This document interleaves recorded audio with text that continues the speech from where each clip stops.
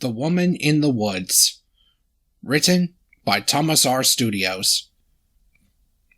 One cold, dark October night, Ivo Hugh was returning from the quarry with some trucks. It had been a busy day and the young engine was looking forward to a rest in the sheds. It was a dark and cold night. As Ivo Hugh shoved through the night, he couldn't help but feeling a bit nervous. He had rarely been out at night, but on this night particularly, it was darker than usual. Through the line going past Krosny Current Station, there was a small patch of woods at the left side of the line. As he rolled along the foresty line, he started getting a strange feeling, as though he was being watched. Suddenly, a loud scream echoed through the forest, followed by a gunshot. "What was that?" exclaimed Ivo, scared. "I don't know, but that clearly sounded like a gunshot." Ivo's driver halted the train, and he and the fireman went to look what was going on. A couple of minutes later, they shortly returned after. "Did you two find anything?" asked Ivo Hugh, who was still shaken up over the ordeal. "Well, no, we didn't find anything. Not a single person," said his driver. But I heard, and you heard it too," said Ivo. "It must have been something, right?" "I don't know," said Ivo's fireman, "but I think it's better that we inform the police about this when we get to the sheds." Ivo's crew climbed back on, and the red engine rolled away with nothing more than confusion and fear in his smoke box. The next morning, Ivo was still thinking about the events of last night. Skarloey noticed he was a bit pale. "What's the matter, Ivo?" he asked. "You look as if you saw a ghost." "Actually, I think I somewhat did," said Ivo. "A ghost?" asked Peter Sam. "Ivo, what are you talking about?" Ivo proceeded to tell Skarloey and Peter Sam what happened last night. "Did this really happen to you?" asked Skarloey. "Yes, it did." Skarloey's face fell as he sighed mournfully. "Poor old Miss Monroe," he said sadly. "Skarloey, what's wrong?" asked Peter Sam, who was now more confused than ever. Skarloey took a deep sigh and explained.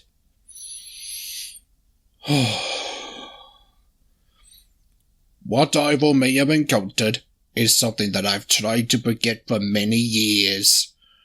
"What?" asked Peter Sam and Ivo, intrigued. With another heavy sigh, Skarloey began his tale. "Many years ago, when the railway was being opened, there lived a woman named Elizabeth Monroe. She was a very liked person throughout the community at the time. She was also an extremely nice lady to me and Rheneas. Whenever we passed by her house, she would always wave at us, and when we would get the chance, we would have small talks with her. She was a truly wonderful friend. However, all of that changed one night." Skarloey paused. "One very dark October night, I was coming home from the quarry, passing through the foresty area of Krosny Current, when I heard a loud scream, a scream from Miss Monroe, and then a loud gunshot. My driver ran out of my cab to see what was going on. When he came back, his face was as white as the snow. There he graphically told me that Elizabeth was dead. Apparently she was taking a stroll through the woods when a man who, from what we were told, wasn't mentally stable. He jumped at her from the trees and shot her. I felt awful for her. Me and Rheneas almost couldn't do our jobs the next morning because of the shock and sadness of the whole ordeal.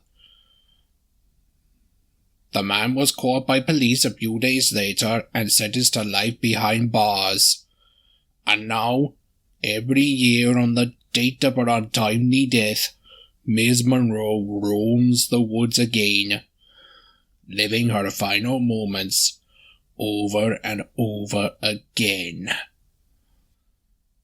Ivo, Hugh, and Peter Sam were speechless.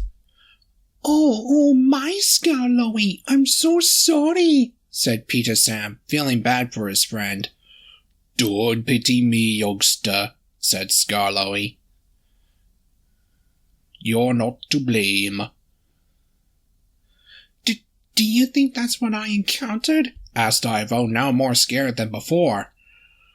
I'm not saying it was, replied Skarloey, but considering today is October, and it was on a night like this that Miss Monroe passed away, would you consider that a possibility? Well, Oh, don't give me that rubbish, said Duncan, who had been listening to the whole thing since he woke up. Ghosts don't exist, and I highly doubt the ghost of someone who died in the woods would still be here. For Christ's sakes, Duncan, show some sympathy, snapped Peter Sam. Someone who was very close to Skarloey and Rheneas died because of the acts of someone else, and you're saying it's rubbish? Well, if you want to imagine the supernatural, then do so. But you're not fooling me with a woman in the woods. And he popped away to get his first train. Just ignore him, Skarloey, said Peter Sam. It's not that I'm worried about, said Skarloey. For the rest of the day, Duncan couldn't stop thinking about Skarloey's story. A wandering ghost indeed. Skarloey must be going senile. There's no such thing as ghosts. That afternoon, Duncan was readying to return home. He had to take a load of slate trucks to Crobin's Gate, but the winch wasn't working, so taking the trucks up the incline was taking more time than it should. Hurry up, grumbled Duncan. If I don't go now, Sir Handler's sure to take my favorite place in the sheds. I'm sorry, old boy, but we can't go until all the trucks are loaded, said his driver. Unknown to him, Duncan began to get more and more nervous as the sun began to go down. When night fell, they were finally able to leave. About bloody time, Duncan groaned as he rolled away. The night was cold and dark. Duncan was going at a fast rate to get home quickly. Come on, said Duncan as he thundered down the line. Steady, boy, warned his driver. I don't need you trying to knock me out of the cab.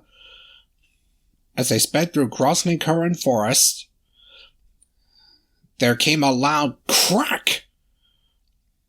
Duncan's driver slammed on the brakes and the train came to a stop. What the hell is it now? Yelled out Duncan. One of your wheel tires has come loose, said his driver. And with how you were traveling, I'm not surprised this happened, scolded the fireman. But don't just sit there, go get help. Duncan's crew went off back to Crossley Curran Station, while the guard set detonators along the line, leaving Duncan alone. Ah, well, I might as well get some sleep. And Duncan did fall asleep, but not for long.